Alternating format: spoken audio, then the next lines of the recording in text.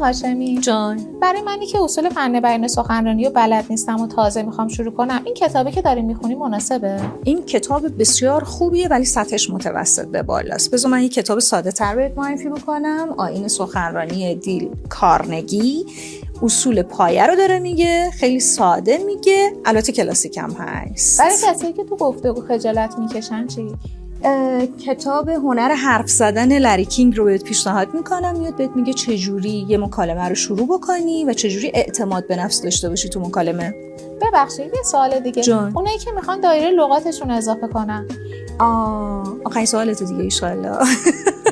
این کتابی که من عاشقشم، قدرت هوش کلامی تونی بوزوان، ممکنه فیزیکیشو به راحتی پیدا نکنید. بسیار کتاب خوبیه. میاد به صورت علمی به تو یاد میده چجوری دایره لغاتتو افزایش بدی و ارتباط بهتری با دیگران برقرار بکنی. فقط این که این سه تا کتاب کافیه؟ قطعاً هر چقدر کتاب بیشتر بخونین به نفعمونه. اگر میخواید کتاب‌های بیشتری رو ازشون اطلاع پیدا بکنید، من 3 تا کتاب دیگر رو هم توی کپشن بهتون معرفی میکنم. کپشن رو حتما بخونید.